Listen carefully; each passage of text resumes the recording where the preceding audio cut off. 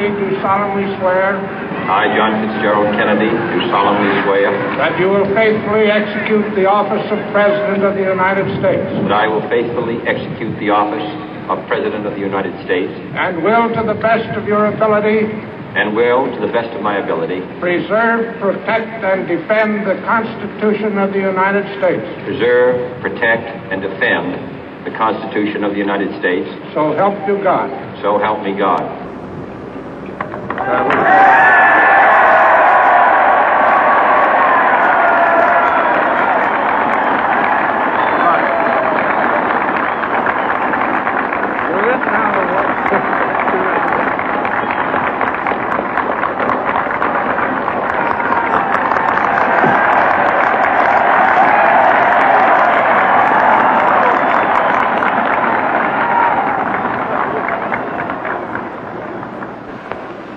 Vice President Johnson, Mr. Speaker, Mr. Chief Justice, President Eisenhower, Vice President Nixon, President Truman, Reverend clergy, fellow citizens.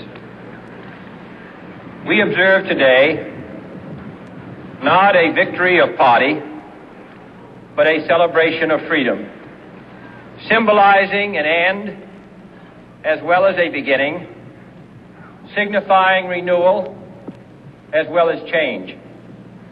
For I have sworn before you and Almighty God the same solemn oath our forebears prescribed nearly a century and 3/4 ago. The world is very different now, for man holds in his mortal hands the power to abolish all forms of human poverty and all forms of human life. And yet the same revolutionary beliefs for which our forebears fought are still at issue around the globe.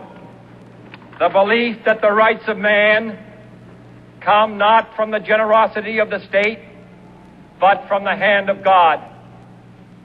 We dare not forget today that we are the heirs of that first revolution.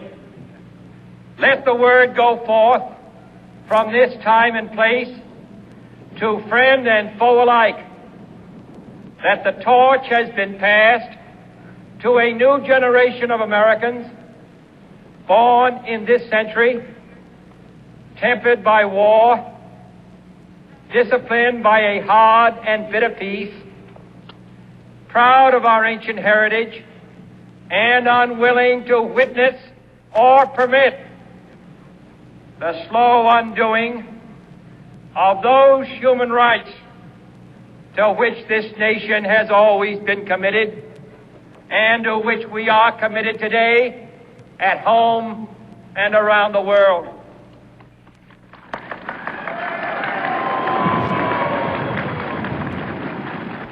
Let every nation know, whether it wishes us well or ill, that we shall pay any price, bear any burden, meet any hardship, support any friend, oppose any foe to assure the survival and the success of liberty.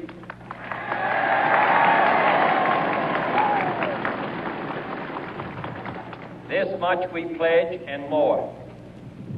To those old allies whose cultural and spiritual origins we share, we pledge the loyalty of faithful friends.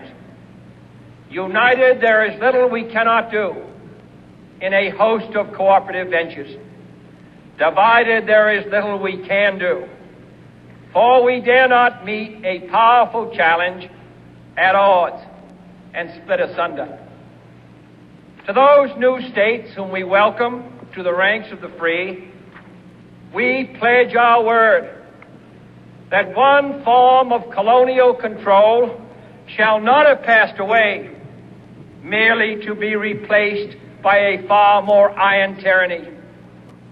We shall not always expect to find them supporting our view, but we shall always hope to find them strongly supporting their own freedom, and to remember that in the past, those who foolishly sought power by riding the back of the tiger ended up inside.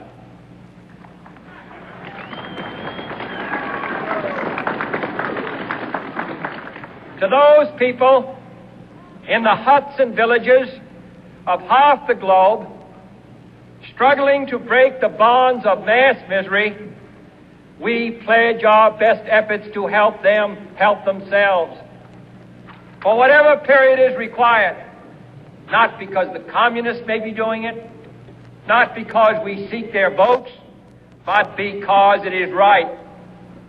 If a free society cannot help the many who are poor, it cannot save the few who are rich.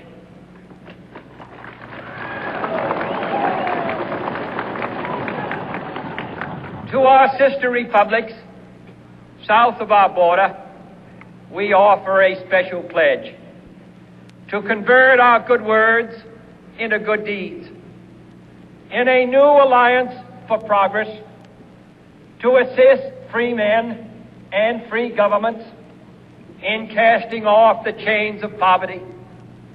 But this peaceful revolution of hope cannot become the prey of hostile powers. Let all our neighbors know that we shall join with them to oppose aggression or subversion anywhere in the Americas.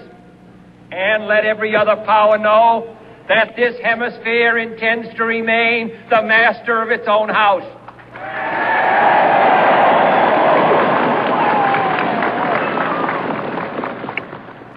To that World Assembly of Sovereign States, the United Nations, our last best hope, in an age where the instruments of war have far outpaced the instruments of peace, we renew our pledge of support to prevent it from becoming merely a forum for invective, to strengthen its shield of the new and the weak, and to enlarge the area in which its writ may run.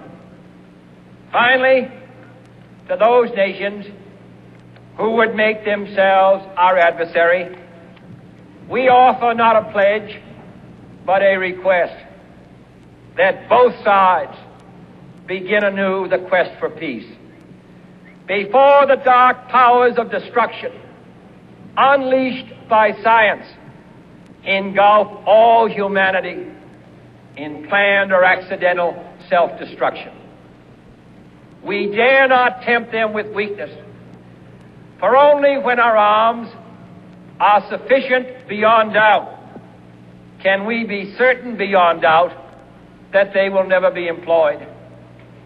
But neither can two great and powerful groups of nations take comfort from our present course, both sides overburdened by the cost of modern weapons, both rightly alarmed by the steady spread of the deadly atom, yet both racing to alter that uncertain balance of terror that stays the hand of mankind's final war.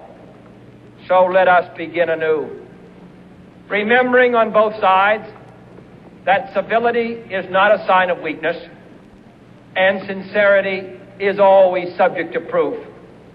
Let us never negotiate out of fear, but let us never fear to negotiate.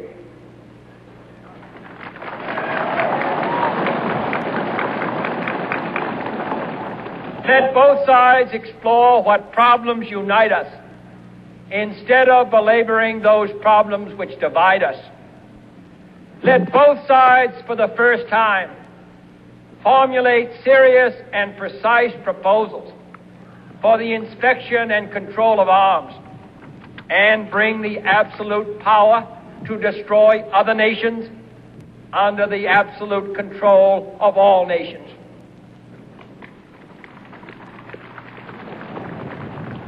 Let both sides seek to invoke the wonders of science instead of its terrors.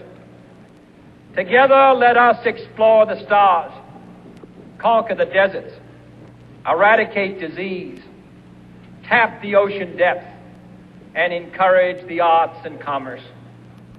Let both sides unite to heed in all corners of the earth the command of Isaiah to undo the heavy burdens and let the oppressed go free. And if a beachhead of cooperation may push back the jungle of suspicion, let both sides join in creating a new endeavor, not a new balance of power, but a new world of law, where the strong are just and the weak secure and the peace preserved. All this will not be finished in the first 100 days, nor will it be finished in the first 1,000 days, nor in the life of this administration, nor even perhaps in our lifetime on this planet. But let us begin.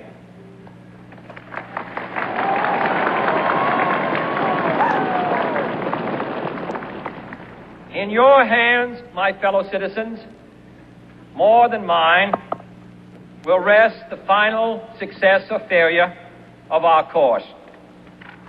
Since this country was founded, each generation of Americans has been summoned to give testimony to its national loyalty. The graves of young Americans who answered the call to service surround the globe. Now the trumpet summons us again, not as a call to bear arms, though arms we need, not as a call to battle, though in battle we are, but a call to bear the burden of a long twilight struggle, year in and year out, rejoicing in hope, patient in tribulation, a struggle against the common enemies of man, tyranny, poverty, disease, and war itself. Can we forge against these enemies a grand and global alliance, north and south, east and west, that can assure a more fruitful life for all mankind? Will you join in that historic effort?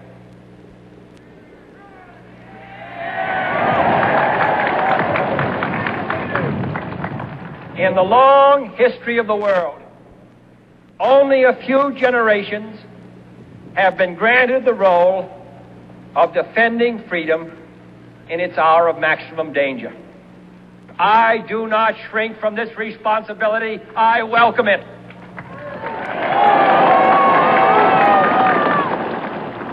I do not believe that any of us would exchange places with any other people or any other generation.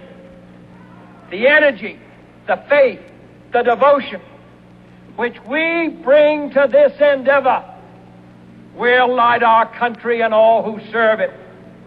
And the glow from that fire can truly light the world. And so, my fellow Americans, ask not what your country can do for you. Ask what you can do for your country.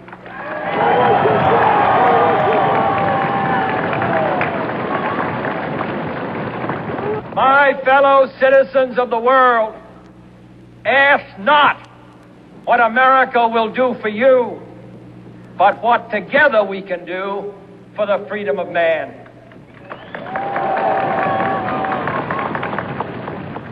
Finally, whether you are citizens of America or citizens of the world, ask of us here the same high standards of strength and sacrifice which we ask of you.